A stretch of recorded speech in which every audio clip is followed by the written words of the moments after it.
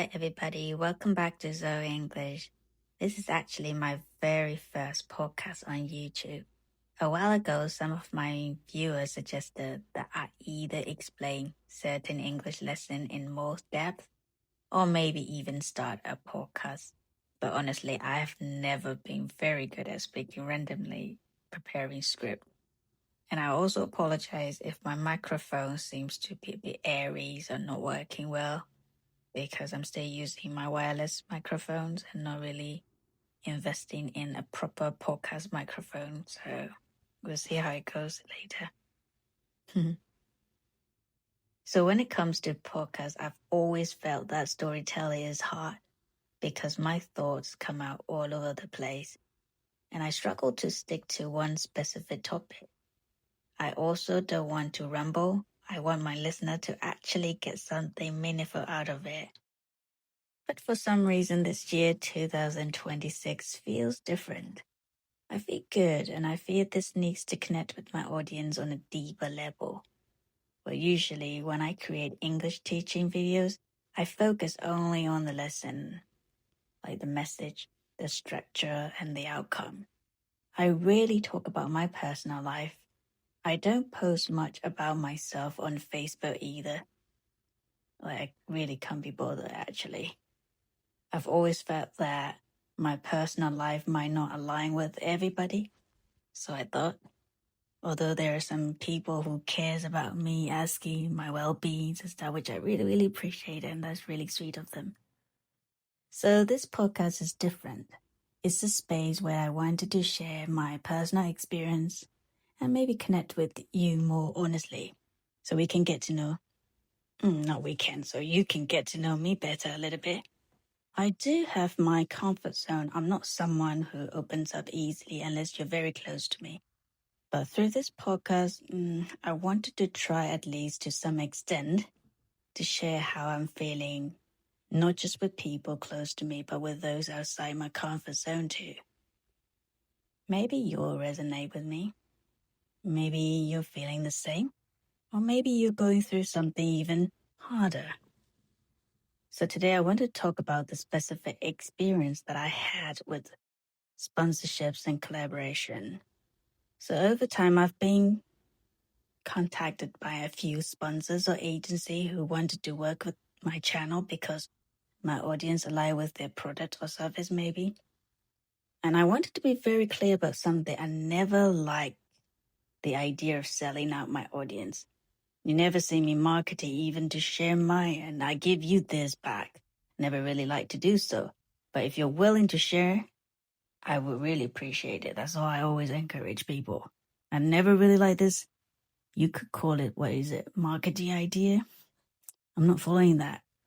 I'm not going to give and take. But if I really want to give you give and take, that would be the service that I give it to you and my time.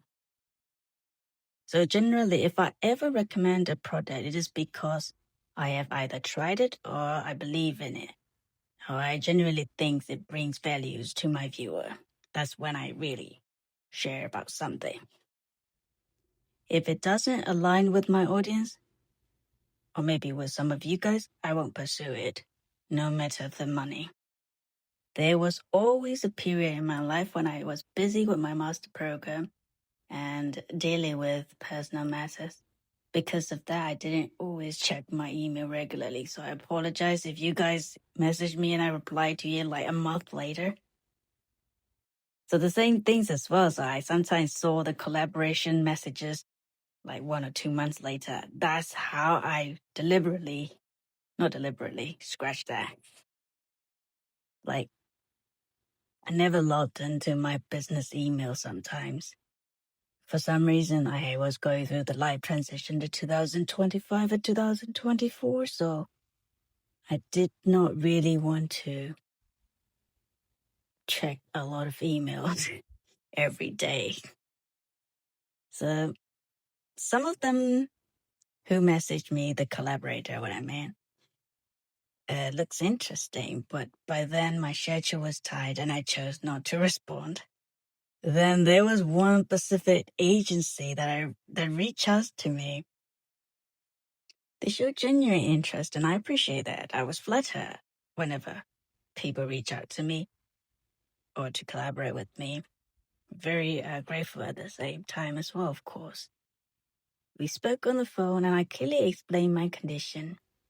I told them even if it was a sponsor video, I could not be purely allowed it to be a commercial only purpose. It has to bring value to my audience. So I always look for things that are affordable, high quality, and actually useful because I understand my audience comes from many different backgrounds. The conversation went well, and I truly thought we were aligned. Later, I received a very short message saying something like, "Hey, we have a change of plan. We will contact you if we need you." But honestly, that didn't sit right with me. I understand how the business works. I understand campaign change. I'm not being overly sensitive here, you know? But if you took my time, had a long conversation with me, discussed terms, I believe it's a basic courtesy to at least explain things properly, not to end it with a blunt, dismissive message. Like, personally, I would never do that to somebody or anybody. My point is that people shouldn't come to you only when they need you and then drop you with a quick goodbye when they don't. Small moments like this stays with me longer than they should, honestly. They make me reflect on who I want to work with in the future and what kind of values people really have. Since then, I've become more selective, not out of pride, but out of respect. So if something truly aligns with my values and bring real value to my audience, I'll happily reach out and collaborate. I just hope that moving forward, there is more respect, more honesty, and more values on both sides. That's pretty much about it, guys. Thank you so much for listening until the end. I hope you have a great day. Bye.